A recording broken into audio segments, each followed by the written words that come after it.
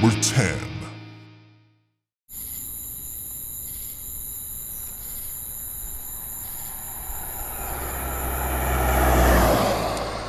A couple of tourists were driving in the middle of the Australian outback. Despite being advised not to do so, they decided to do a lot of their driving at night time. The main reason it is best to travel during the day in the red centre is due to the fact that it is hard to spot wildlife crossing the road, and also, if you were to break down, help is a very long way away.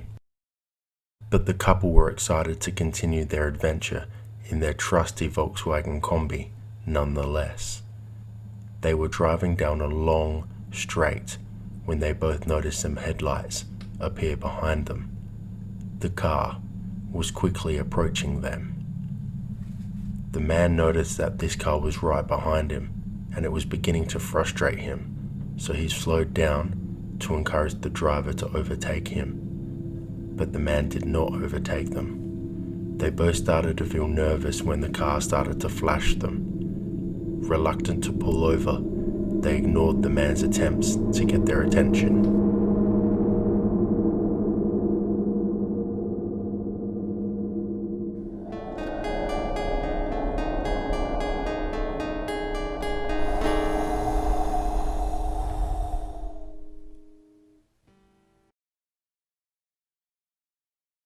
When the man drove alongside them, he gestured at them excitedly to pull over. He told them, "You've got sparks coming out of your exhaust. You should pull over and we will take a look." Despite the initial reluctance, they agreed to pull over. The woman looked at her partner and saw what looked like a friendly conversation with the stranger. He went to the front of the Combi and asked his partner to jump in the driver's seat and rev the car when they asked. The lady heard more friendly chatter and some laughter. She then heard her boyfriend say to put her foot down. She put her foot in the accelerator, and as she did, she saw a flash and heard what she thought was the car backfiring. And then there was complete silence. Before she knew it, the strange man was at her car window, pointing a gun in her face. Shocked and caught completely off guard, the woman raised her hands in protection.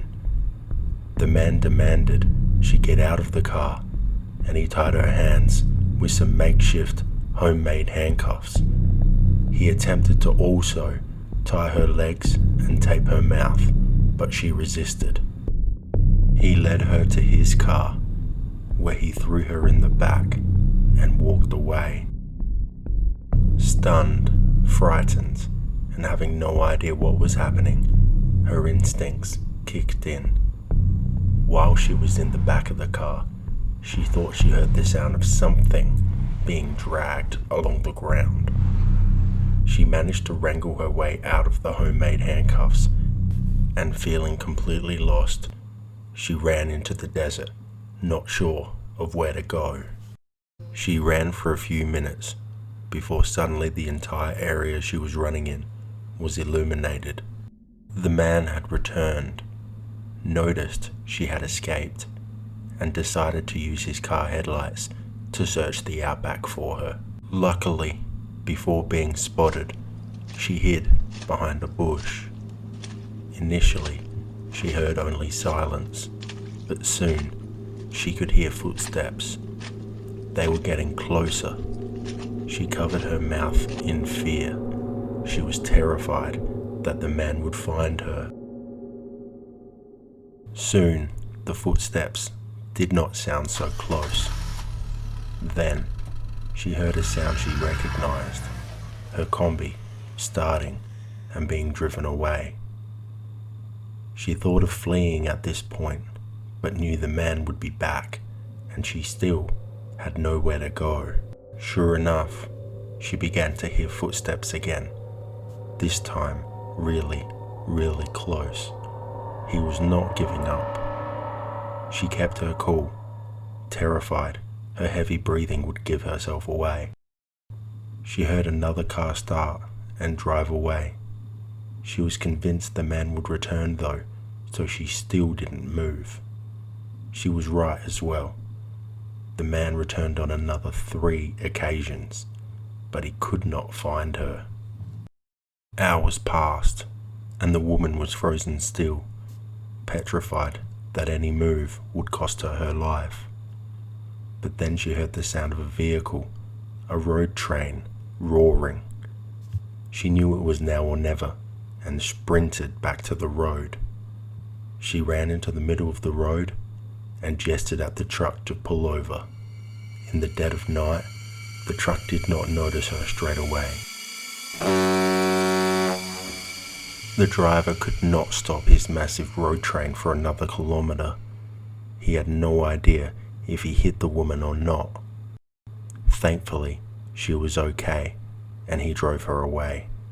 She had a hell of a story to tell, and the shocked driver took her straight to the nearest police station. Once the woman told her story, the police swarmed on the location, looking for evidence. It didn't take them long to locate their combi, a few kilometers away, dumped in the desert. What they were yet to locate was the woman's boyfriend.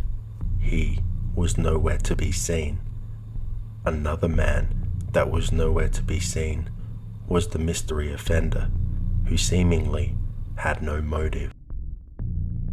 This caused a media frenzy, with people quickly starting to question the female and wondering if her story was actually true. Then came a piece on television that changed everything.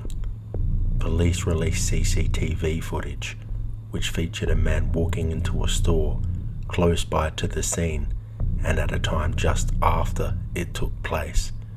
Police pleaded to the public to help identify the mystery man. Many people called, with the police managing to track down the person in the video. At a similar time, police found crucial DNA evidence in the combi, on the gear stick and in other areas, which belonged to an unidentified male. The mystery man was identified, captured, and arrested, though there are still some skeptical people out there that believe that this man is innocent.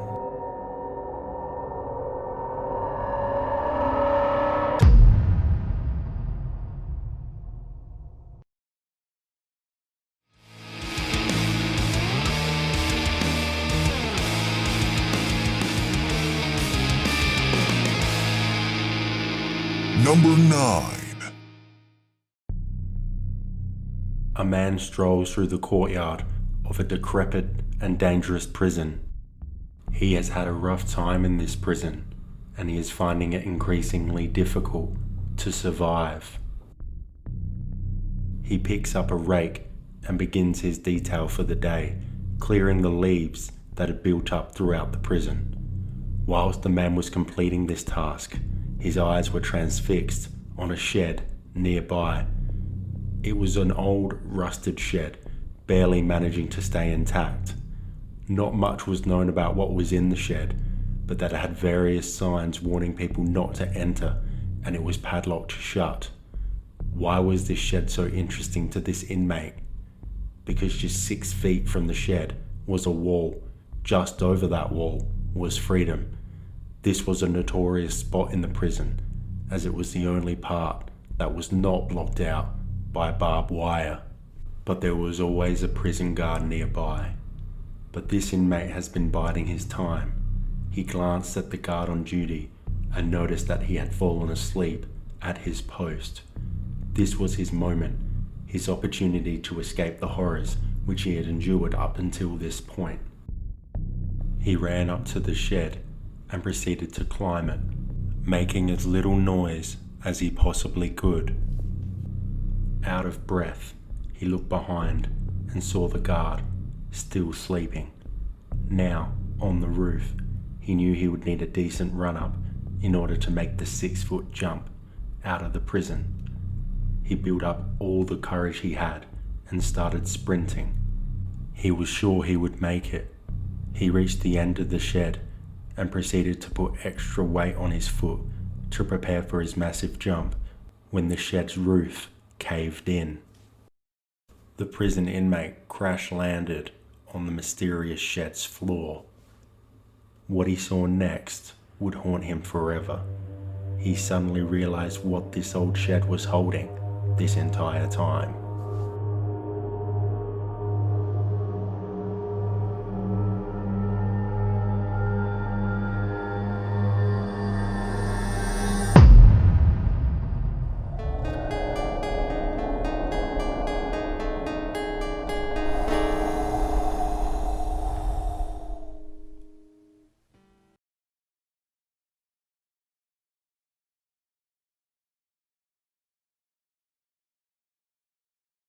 A man is led to his cell on his first day of a 20-year sentence.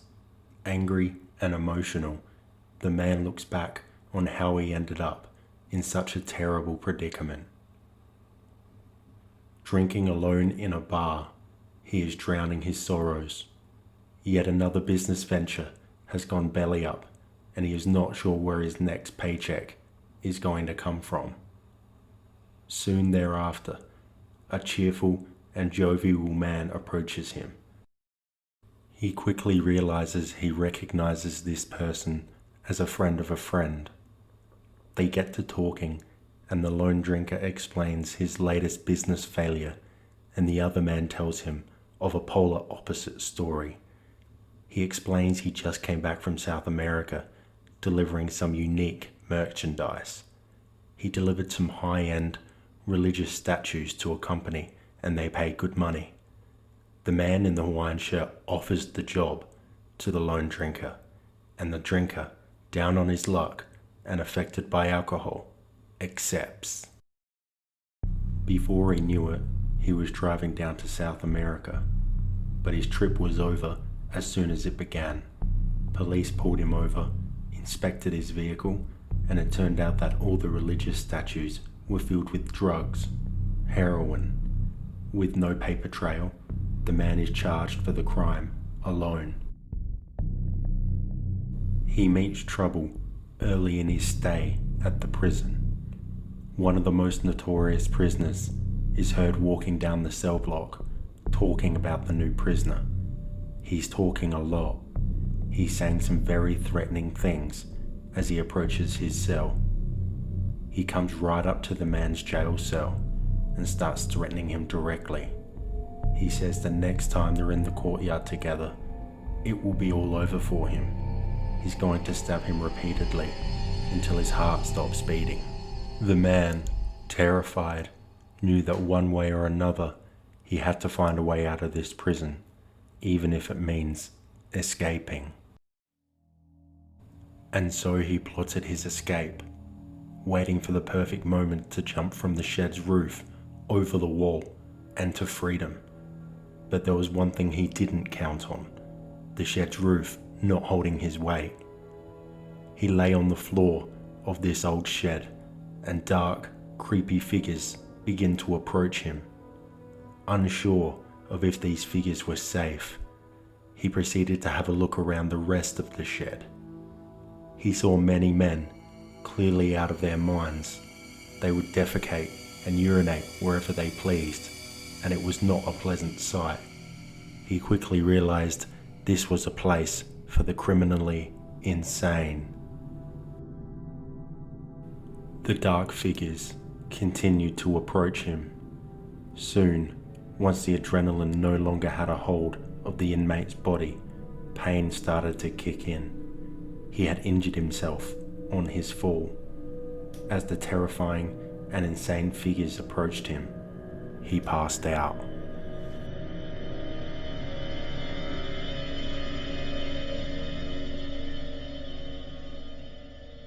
He wakes up in his cell, on his bed. Before he could decipher what just went down, his jail cell opened up. He was free to go. It turns out that back home, the friend of a friend that put him in this predicament was caught by the police and confessed to being the ringleader of the smuggling attempt, and that the man arrested knew completely nothing about it. This information got sent to the prison, and the man was released. Now, suddenly on the other side of the fence, The man was free.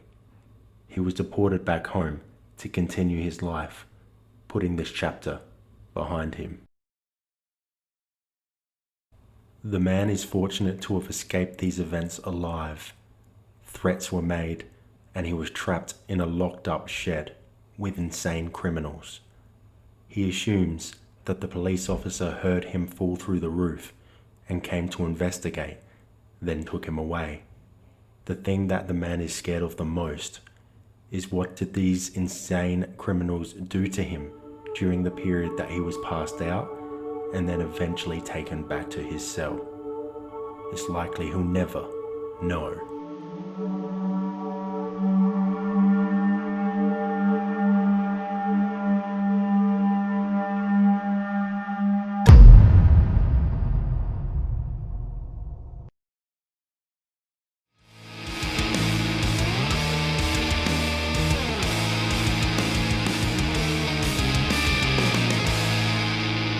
Number 8.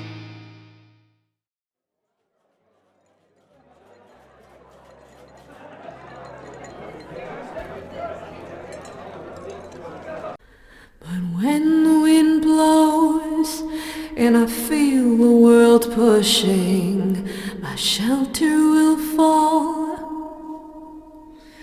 I'll see the dark clouds.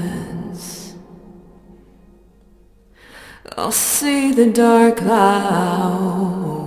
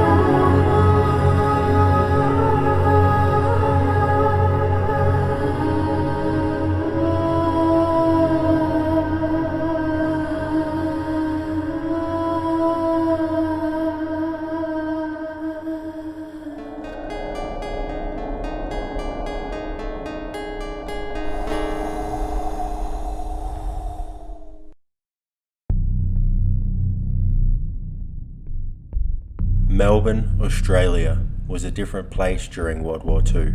Between 1941 to 1945, nearly 1 million American soldiers would pass through Australia.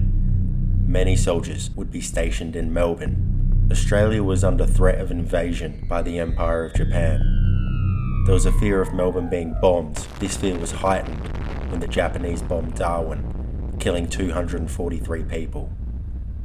The lights of some Australian cities can be seen from as far as 50 miles. To try to limit the city being easily spotted by Japanese planes, the Melbourne government implemented what was called a brownout. This brownout meant that only one street light in 4 was lit, and the lights that were on were dimmed to at least 50%. Though the lights were out, Melbourne's night scene was teeming with life. By April 1942, some 30,000 American service personnel were stationed in Melbourne. However, danger was lurking within these dimly lit streets. On the 3rd of May, 1942, 40-year-old Ivy Violet McLeod was found in Albert Park, Melbourne. She had been beaten and strangled. 6 days later, 31-year-old Pauline Thompson was strangled after a night out. She was last seen in the company of a young man who was described as having an American accent. These murders shocked the city of Melbourne, and the unknown assailant was quickly dubbed the Brownout Strangler. May 18, 1942. 15 days had passed since the first murder. A woman is walking along a quiet, dimly lit city street. Suddenly, a man approaches her. He is out of breath and covered with mud. He asks for directions and quickly disappears. The woman goes about her business, thinking nothing of the situation. The next day, she hears the news that the Brownout Strangler has struck yet again. 40-year-old Gladys Hosking was murdered just like the two victims before her. She was walking home from work at the chemistry department at the University of Melbourne.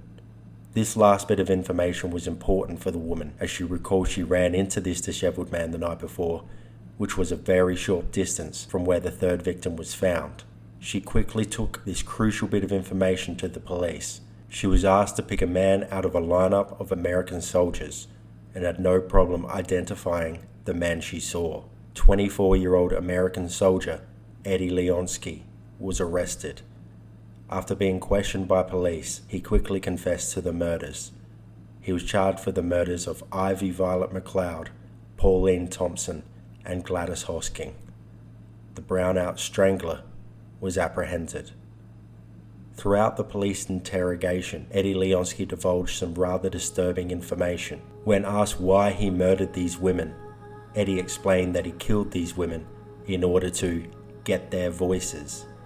He appeared to have a twisted fascination with female voices, especially when they were singing.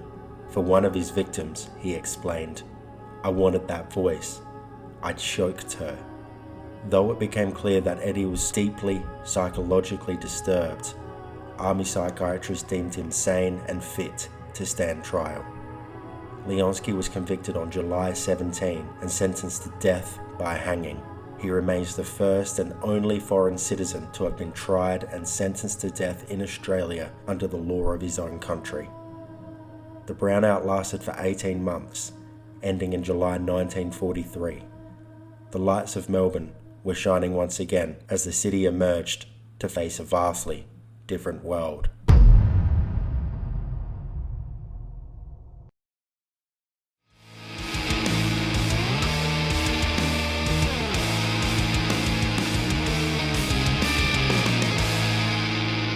Number 7. This story happened a few years ago whilst I was driving across the Australian outback. I am a truck driver and I spend most of my time transporting steel from one place to another. I drive a triple road train. It's 53 meters long. It is the same length as an Olympic-sized swimming pool. One afternoon, roughly around 3 p.m, I was driving through the outback. A cyclone had been and gone, and the rain was very heavy. Nothing but black clouds. Eventually, I reached one of the more challenging parts of my trip, a river crossing. This river has flowing water streaming across the path. When you come to the river crossing, you either commit to crossing them or you don't. With my truck, I should have enough horsepower to carry me through. I decided to commit. I powered over the river and it seemed to be going well.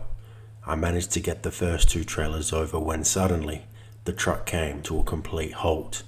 What I feared had happened. The third trailer had gotten stuck in the soft sand right in the middle of the river crossing. Why was I so concerned? I knew what I had to do to get out of the river and I knew how to do it, but I knew there was something out there lurking that's going to make this task extremely dangerous. That thing is the saltwater crocodile. This situation is nothing new to the crocodile. This massive truck going over the river crossing has just created a lot of noise and could have attracted their attention. What I needed to do was hop out of the truck and gather some logs and wedge the logs under the legs of the third trailer. I gathered the logs I needed and started making my way across the river crossing, trying to avoid splashing to ensure I don't attract their attention. I put the logs under the third trailer successfully. So far, so good. I quietly made my way back to the truck and I thought I could hear something. Was something lurking in the water? It seemed like everything went quiet. Then it happened. I heard a huge splash and could feel this mammoth of a creature hurtling towards me. The adrenaline hit me instantly and I sprinted for safety.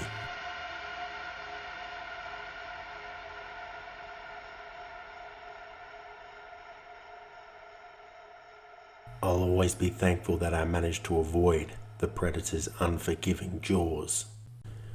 I got back in my truck and I just prayed the logs I laid down would get me out of this mess. I started it up and attempted to move forward. Pushing on the accelerator, nothing seemed to be happening. I was daunted by the prospect of having to go back there and reorganize the logs. Then suddenly, success. The truck powered forward, and in seconds, I was out of the river and free to continue on my journey. Still full of adrenaline and disbelief, I powered on. In future, I've decided not to cross these crossings alone or without potential aid. The thought of a croc dragging me in the river will forever haunt me.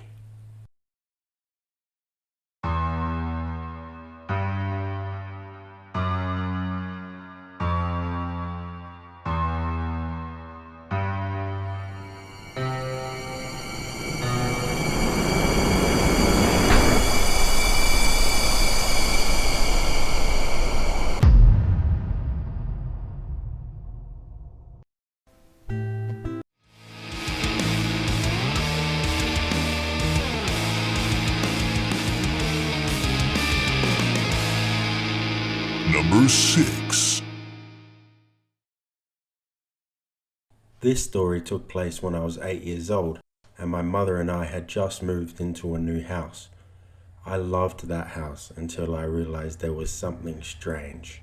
That something was our neighbor. We'll call him Steve. Steve was an older man, probably in his early 60s at the time.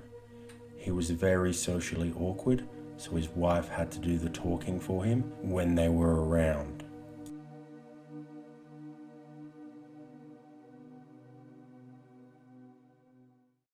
It wasn't until months later, when my mum and I were returning home from dinner at around 8:30 p.m, that I noticed Steve had ran to his window to watch us. He saw the headlights of my mum's car pull up to our house. He swung open his front door and pretended to take out the trash, although trash night had already passed. He just stood there watching my mum and I as we ran to the front door, and my mum was frantically trying to open it. We turned around to look and see where he was, and he just gave us the creepiest smile and wave I've ever seen. Later that night, around midnight, I heard a strange sound outside of my bedroom window. I kept on hearing it and I just couldn't figure out what it was. And then suddenly I realized that the sound was rocks hitting my window. I decided to go have a look outside my window and see what was going on. And outside my window was Steve. He was throwing the rocks.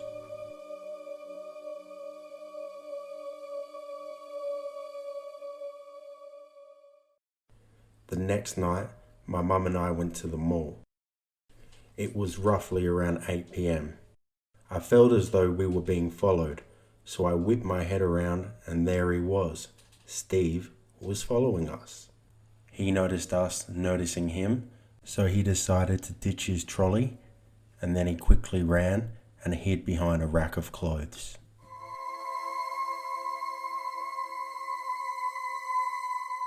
Not long after this, my mum and I drove home, and once again there was Steve not far behind us. Luckily, that was all that happened that night.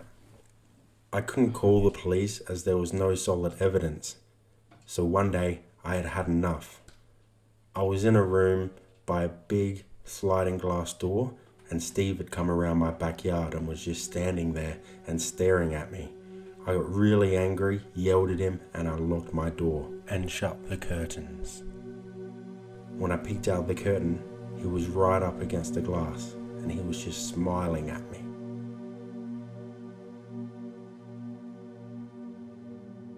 I felt like I couldn't live comfortably in my own home, so shortly after this we decided to move, and luckily we are now safe. I pray I never run into Steve again.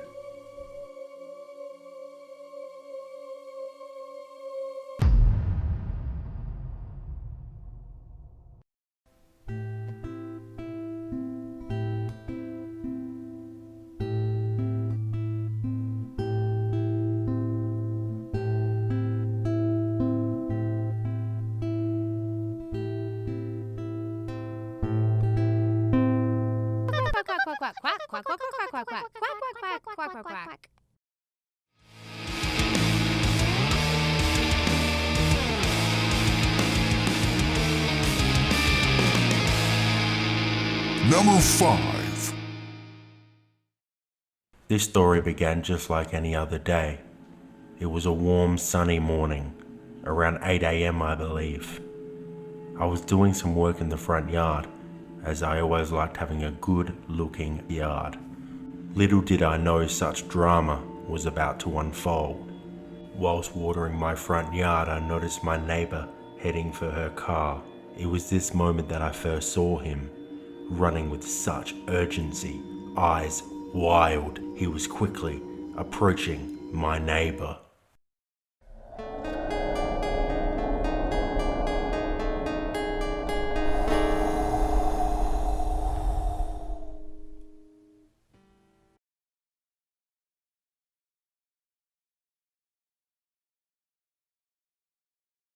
After all this occurred, I learned what led this man to be running down my street. It began on a bus. A man was on the bus, listening to heavy metal music and keeping to himself. This man was extremely dangerous, wanted for multiple burglaries, homicides, and other atrocities. Little did he know that his face was plastered all over every newspaper that morning, declaring him the killer, and his bus was heading directly into trouble. Well, trouble for him.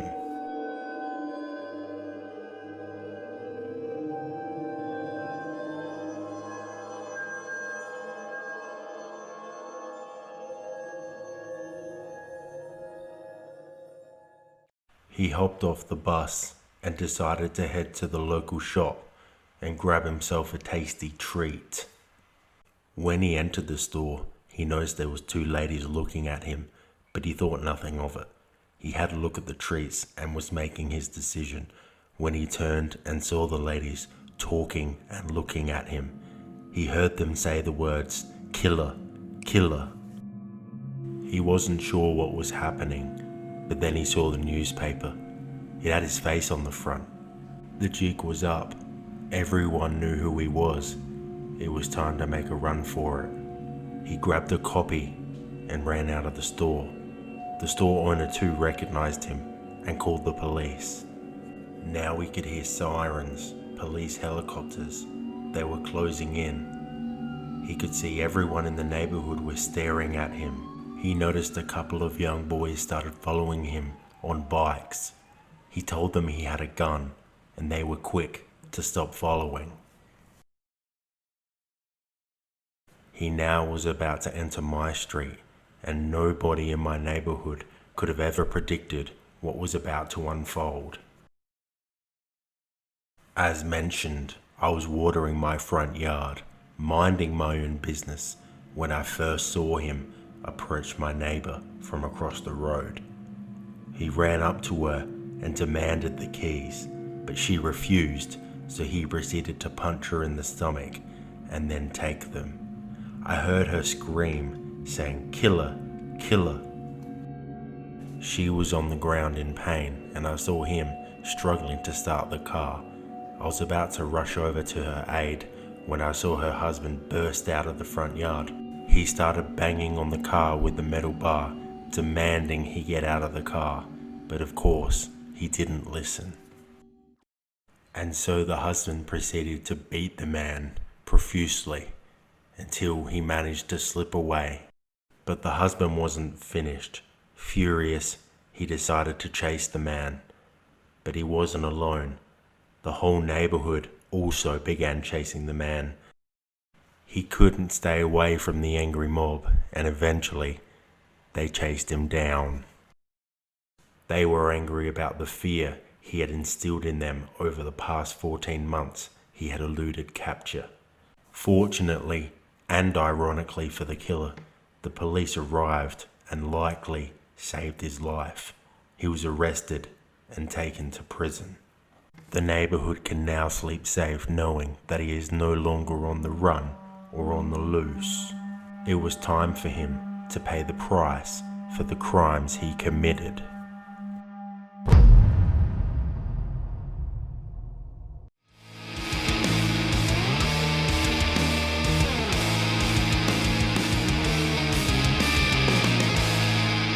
Number 4.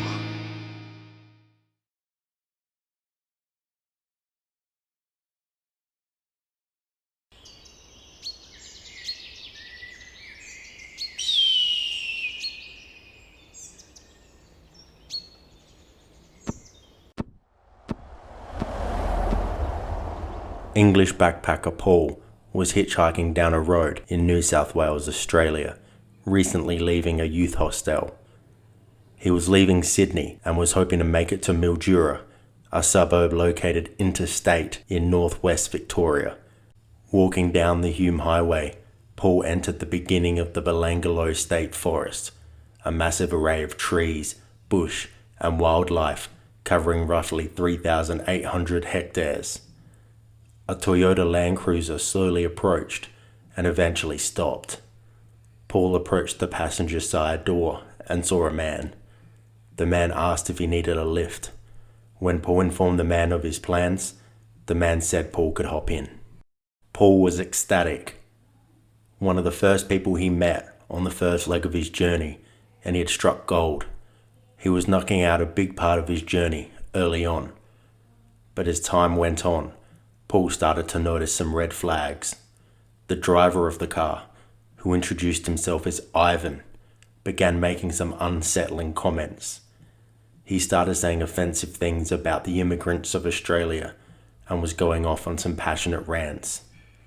Paul started to wonder if maybe he had made a mistake getting into the car. Not long later, Ivan said that they've lost the radio signal, so he's gonna pull over and get some cassette tapes from under the driver's side seat so that they can listen to some music.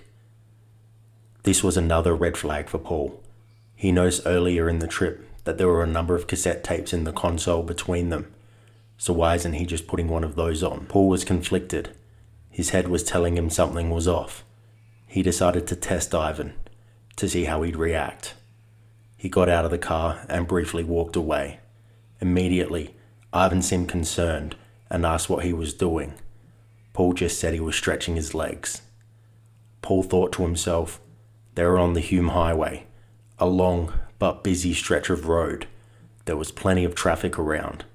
If something bad was going to happen, it surely wouldn't happen here.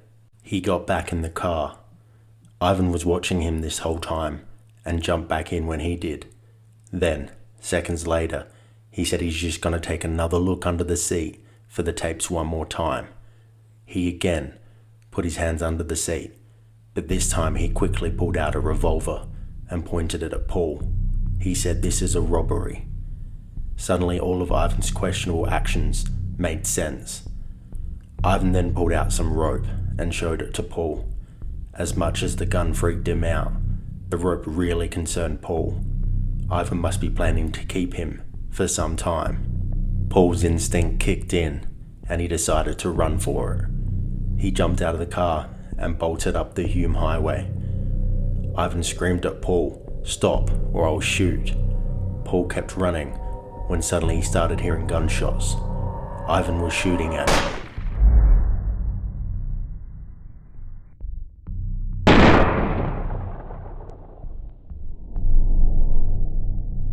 Paul was trying to wave down cars to stop and help him, but the drivers of the car could see what was happening.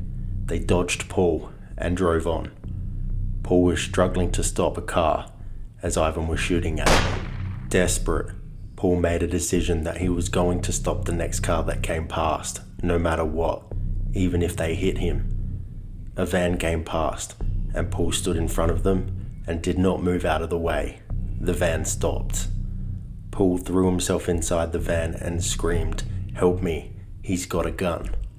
The driver quickly turned around and drove the other way. As they drove away, Paul decided to have a quick glance back at the scene. Ivan was still standing on the road, gun in hand, watching the car drive away. Paul noticed something that stuck with him. Ivan had a big smirk on his face. Unfortunately, amid all the panic, nobody got the number plate of Ivan's car, but Paul did tell his story to the local police officer. Unfortunately, no further action was taken after Paul gave his statement. Paul later returned to England.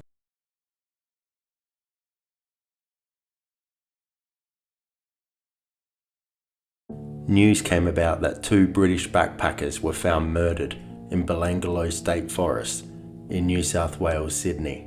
When Paul saw this in the newspaper, it confirmed the suspicions he had all along. The man never intended to rob him, but had much darker, sinister intentions. Paul would later speak to Australian authorities and was flown to Australia to give a statement. Paul remained paranoid about this whole situation. Ivan had his passport, address, and backpack as he left them in his car, so Ivan would know all about him. Was Paul being led into a trap to ensure he was kept silent?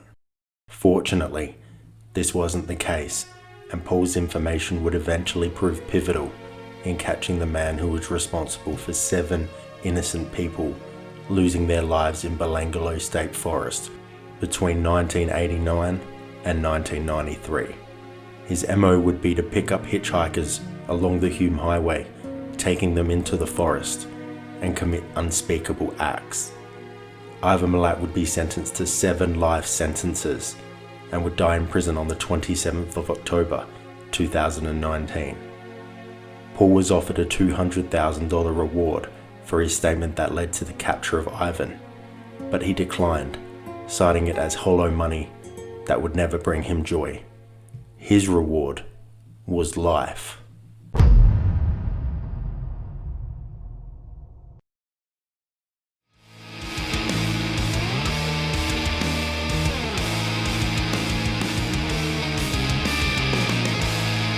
Number 3.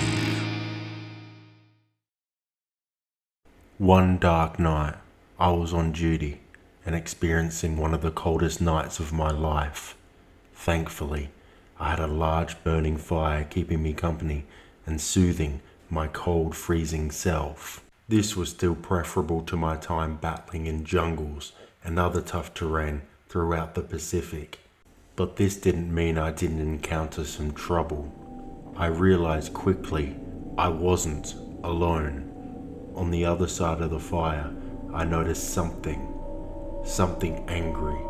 It was staring at me and exposing its fangs.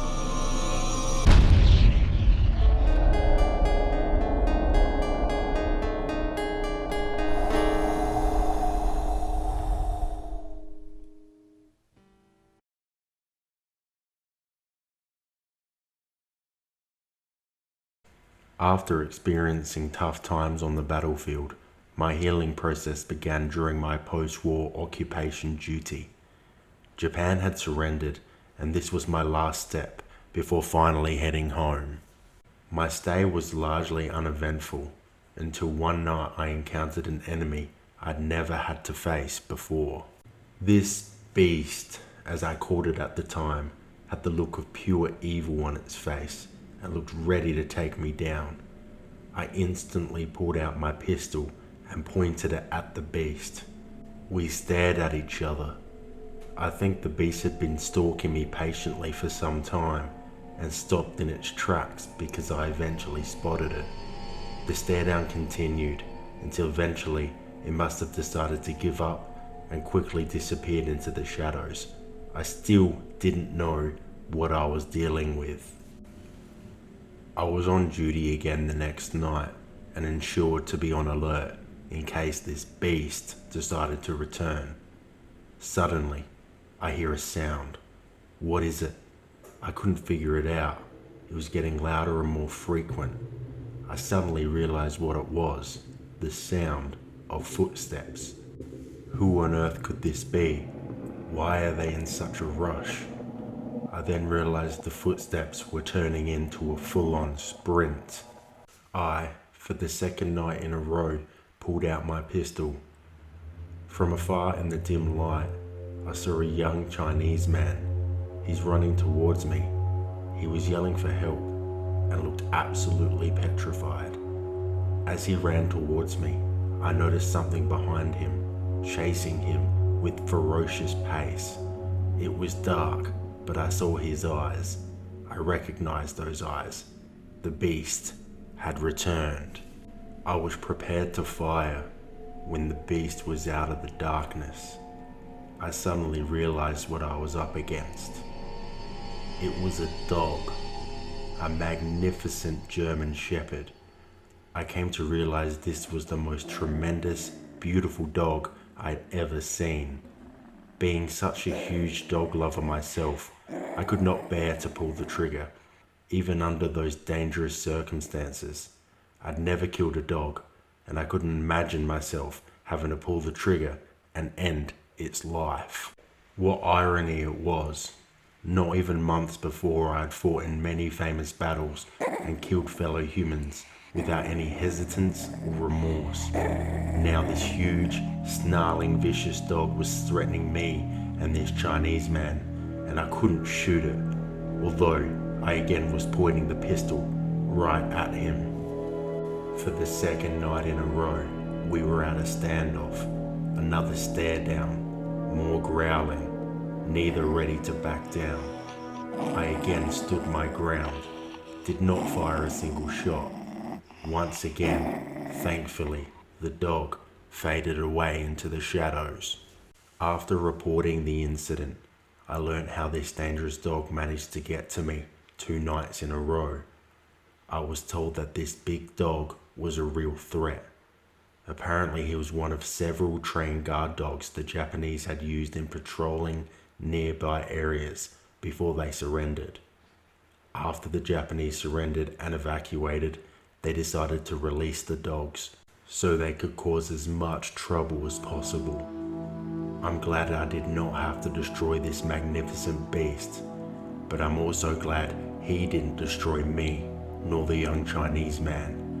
I never ran into another one after this night, but was always having a good look into the darkness.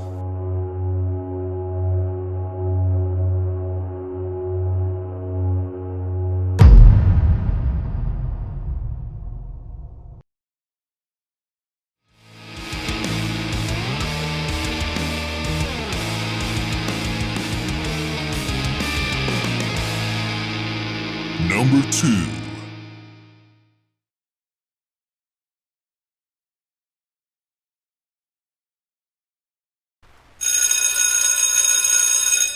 Charles Wright Elementary School's bell rings out to mark the end of the day. 7-year-old Stephen was making his way to the front of the school. Normally he would walk home with friends, as it was only a short distance, but due to the awful weather, his mother agreed to pick him up after she ran some errands. Stephen waited outside the school for his mother, growing impatient as she seemed to be taking her time.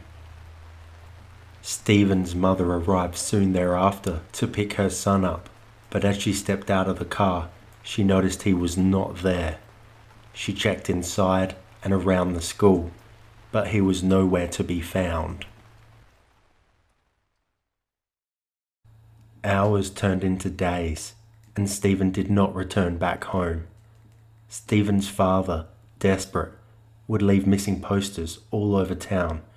He and Stephen's mother would leave posters with the nearby schools in the hopes that someone would recognize him. Emergency services pitched in day and night looking for Stephen in nearby forests, streets, wherever they could, but still no trace of Stephen could be found. There were concerns that he could have ended up at the nearby Yosemite National Park, but this never led anywhere. Weeks went by, and things looked bleak. Stephen's father was driving through town one night, and when he reached an intersection, he noticed something suspicious. There was a man, draped in dark clothing, standing on one side of the road. He was standing in front of a giant dirt mound. Stephen's father stared at the man. Eventually, the man stared back, returning a devilish grin, which startled the father at first, but then drew anger. He chased the suspicious man down the road, but was unable to apprehend him. Immediately suspicious of the dirt mound and thinking that Stephen could be buried there, the father phoned police and demanded they dig up the mound, but the police declined. Deep down, Stephen's father knew he wasn't in this mound, but he was desperate to find his son, to latch on to any possibility. Years would pass, and there would be no sign of Stephen.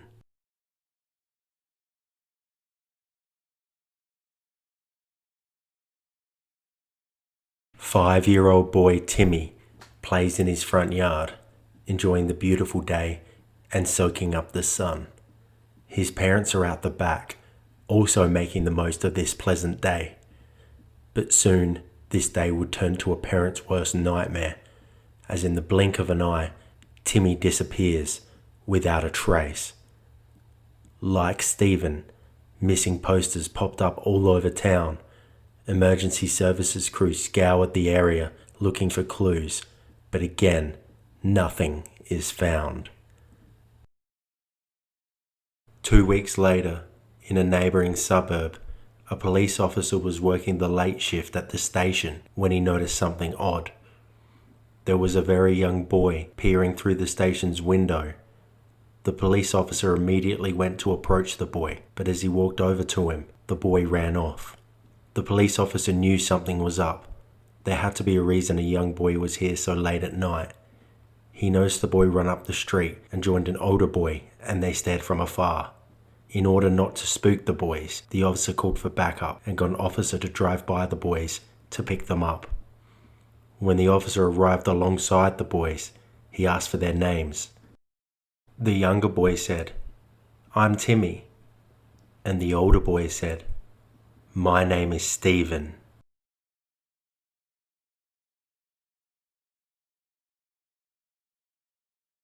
Schoolboy Stephen is waiting for his mother to pick him up from school. Whilst waiting, he is approached by a stranger. The stranger introduces himself as Irvin and tells the boy he is a representative of their local church and is selling Bibles. He asks Stephen if his mother would be interested in buying some Bibles. Stephen said she would. Irvin asked where Stephen lived. Stephen gave him the information. He then asked if Stephen would be willing to take him to his home so his mother could buy the Bibles. A naive Stephen, who was raised to trust adults, agreed. Suddenly, a white Buick approached. This was when Stephen Stayner first met Kenneth Parnell.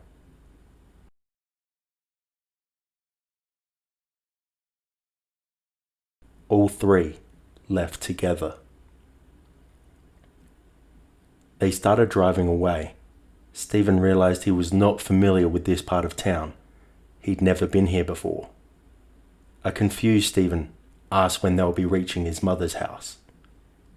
Soon after this, Kenneth pulled over and walked over to a payphone and appeared to be talking to someone on the other end.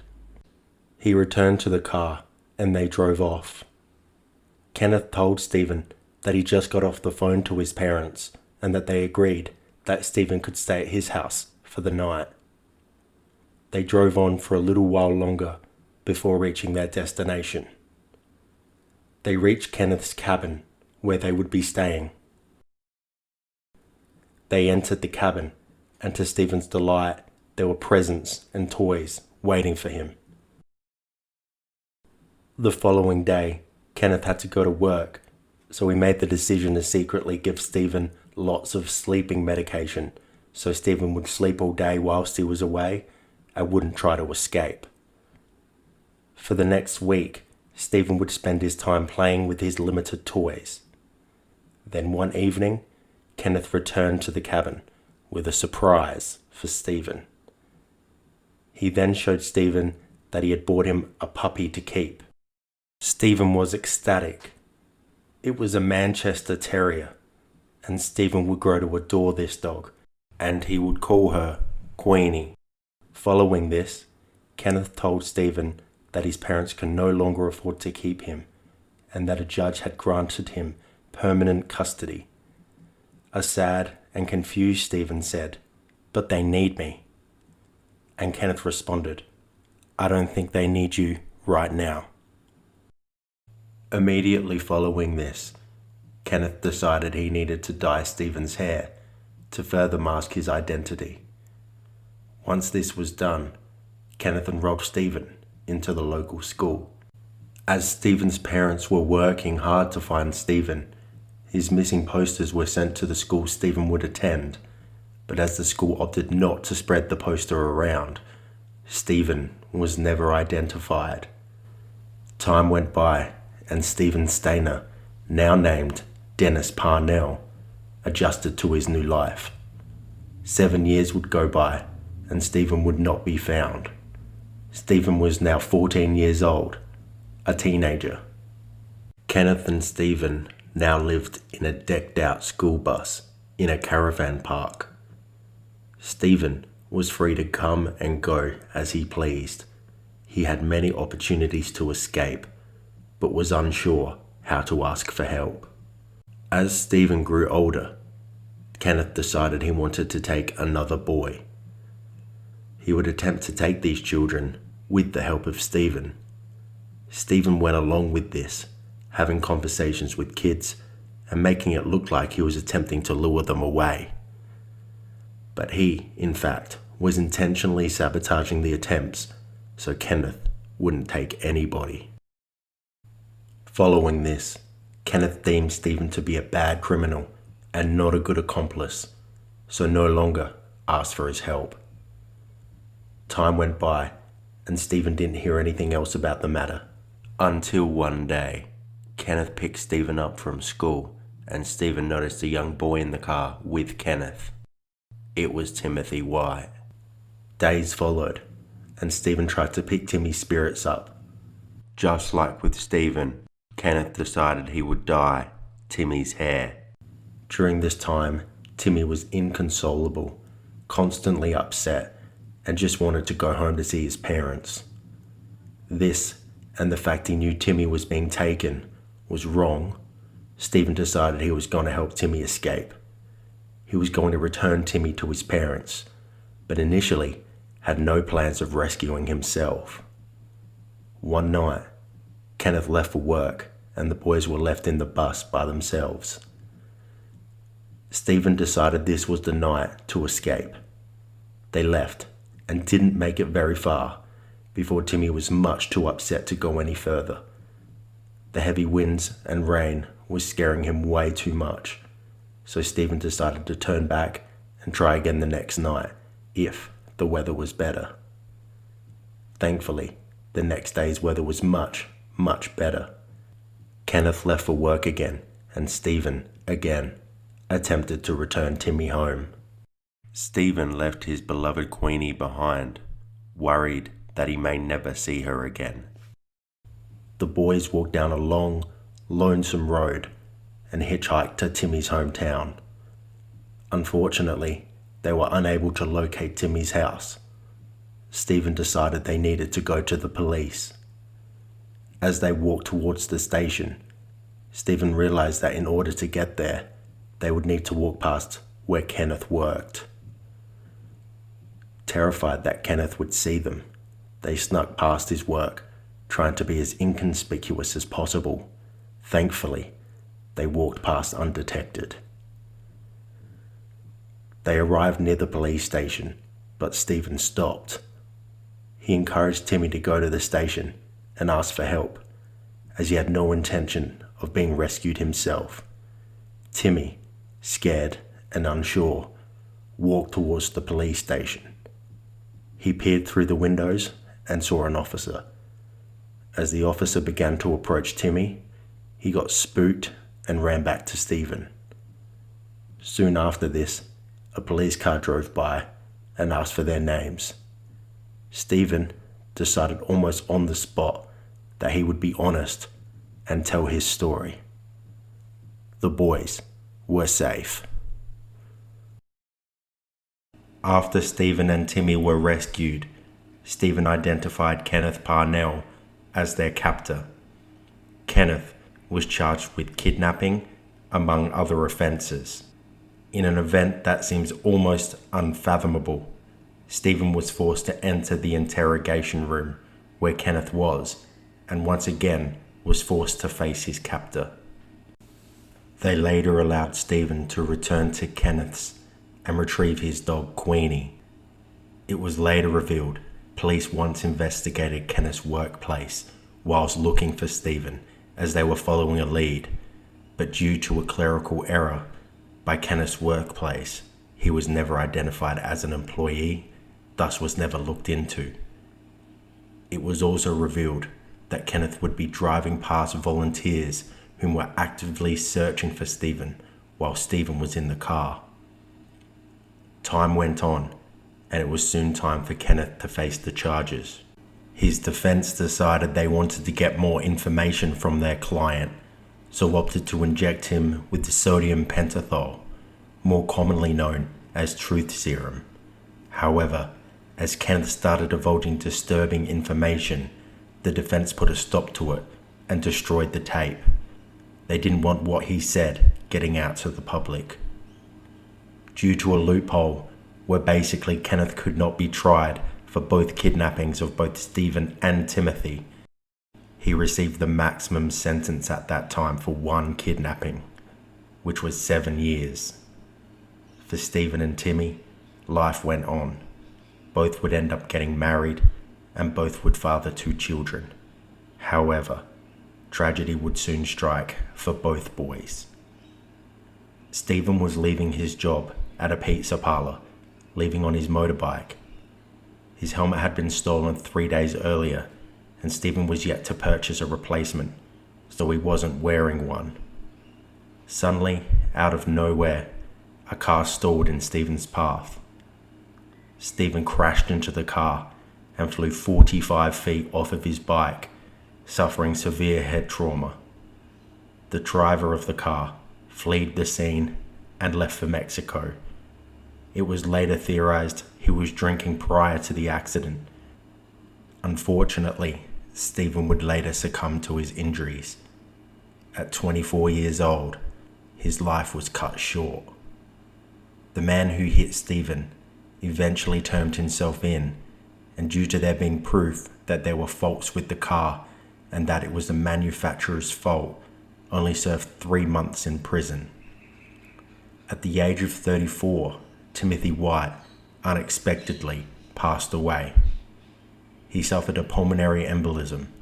His life was also cut tragically short. 5 years into his 7-year sentence, Kenneth Parnell was released from prison on good behaviour. He was on parole and under strict supervision, but this would eventually end. He was free to move around as he pleased. He ended up getting a security job at a boys' home. His employers failed to get a criminal history check. However, a movie based on Stephen's life would be released during this time. Stephen actually appeared in this film, taking the role of one of the police officers that found him and Timothy. Kenneth's identity would soon be revealed due to this film, and he got fired from his position. 13 years later, Kenneth was at the age of 71. He decided he wanted to kidnap another child. He asked his friend, Diane, if she would assist him for $500. Diane agreed, but for the right reasons. She feared someone else would take up the offer, so she did herself and then took the information straight to the police. She agreed to wear a wire, have her phones bugged, and more. Kenneth requested she take a black boy, aged 4 to 6 years old, and he may be interested in taking a girl at another time. Diane met up with Kenneth, and she said she'll be picking up a boy from interstate for him. She left the house and the police stormed it. They arrested him on the charge of a third major kidnapping. Due to this third strike, he was sentenced 25 years to life for this crime. He would die in prison at the age of 76 of natural causes.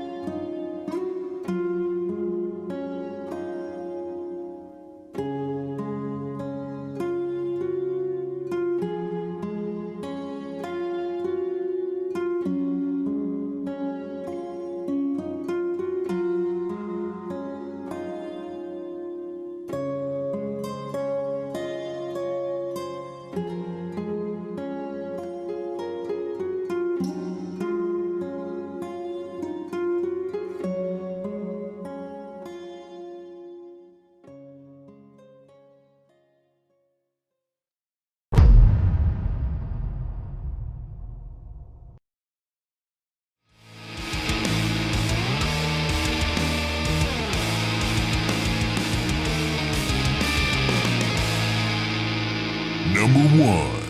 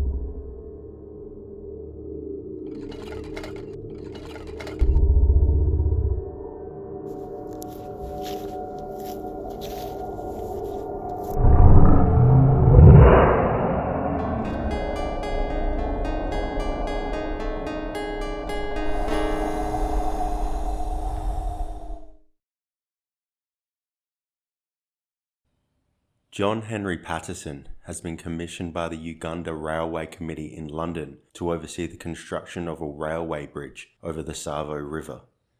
Tsavo is 132 miles from the coast of what is now Kenya, located in East Africa. Upon his arrival, Patterson had heard stories of man-eating lions attacking civilians and railway workers.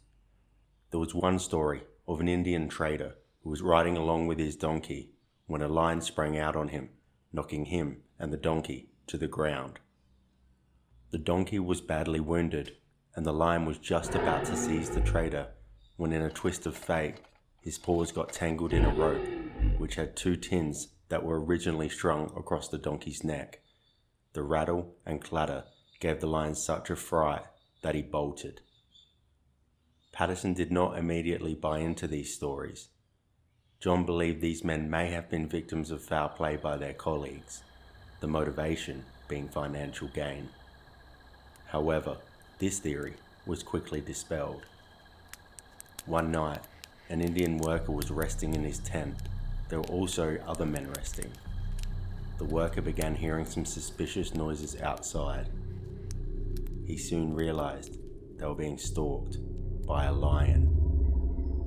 The lion quickly pounced and seized one of the men in the tent, who happened to be the closest to the opening.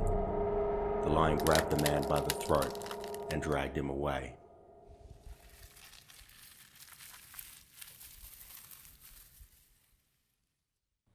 The next morning, Patterson investigated the area and concluded that a lion was the most likely culprit.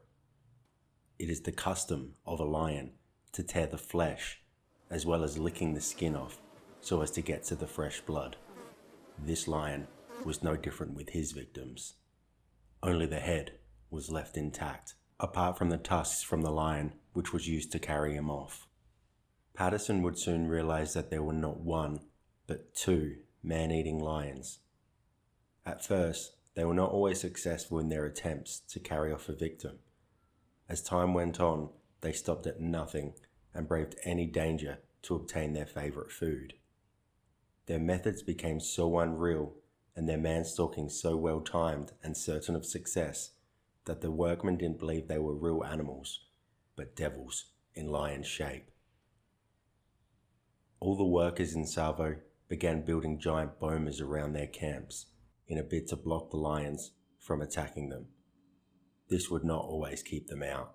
The lions, as a rule, would only have one of them make the attack, while the other waited on the outside for their meal. However, as time went by, their tactics changed, and they would each enter a camp and seize a victim. To avoid the lions, a bunch of Indian workers would stay in a tree. One night the lions entered a campsite, and in fear, a bunch of workers descended for the tree. The extra weight actually made the tree fall to the ground, taking all of the terrified workers with them. Luckily for them, the lions had already seized a victim and were too busy devouring it to take notice of the fallen tree. Patterson decided it was time to make a trap in a bid to lure the lions and end their reign of terror. He constructed what is best described as a container, which was split into 2 parts. One part was for a worker to remain with a weapon. The other part was the trap for the lion. The worker would be safe on their side of the container. If the lion was to enter from the other side, his weight would trigger a spring, which would lead to a door closing, locking the lion in and giving the worker a clear shot to kill. A strong boma was built around the tent to deceive the lions, and one small entrance was made right at the entrance for the lions. Nearby, a hospital assistant was working at the Tsavo hospital. This hospital was protected by a good thick boma and looked rather secure. The assistant heard an odd noise and opened their tent to see what it was. They were horrified to see a lion standing only a few feet away, looking at him. The fence was not strong enough to keep this lion out. The lion made a spring towards him, which made the assistant jump back in fear. He fell back onto a box containing medical gear, which made a really loud smashing noise. The lion was startled for a moment, and this made him run off to another part of the camp. The lion moved to another tent, which unfortunately had 8 patients of the hospital inside. 2 of them were badly wounded, and a third was seized and dragged off. One night, Patterson was in his tent when he heard a loud thud. He knew exactly what he had heard. It was the sound of the trap door clattering down. Finally, Patterson thought to himself, we'll finally be rid of at least one of these beasts. There was one man inside the container, armed with a weapon. He was given orders to shoot once the lion had entered the trap. However, once the lion did enter the cage, the man was so terrified as the lion had begun trying to attack him and was gnawing at the cage bars. He could not muster the courage to fire at the beast. Eventually, he summoned the courage and started firing with a vengeance. However, instead of hitting their target, he succeeded in blowing away one of the cage bars, which created an opening which the lion took full advantage, disappearing into the night. In December 1898, the lions brought work on the bridge to a complete standstill for 3 weeks. Patterson had previously vowed to remove these lions from the area, and now that work had ceased, he needed to end this now. A few nights following the incident with the trap, Patterson is approached by a man who tells him that the lions are attacking a nearby campsite. Patterson grabs his rifle and rushes to the scene. Not far from the site, he notices the lions in a clearing, devouring a donkey which they had seized. As they approach the lions, the man with Patterson steps on a twig. This alerts the lions, who roar angrily and run away. Patterson inspects the lions' half-eaten meal and comes up with a plan. Noting there were no nearby trees, Patterson had a staging erected some 10 feet from the donkey in anticipation of the lions returning to finish their meal. At sundown, Patterson took his position, alone.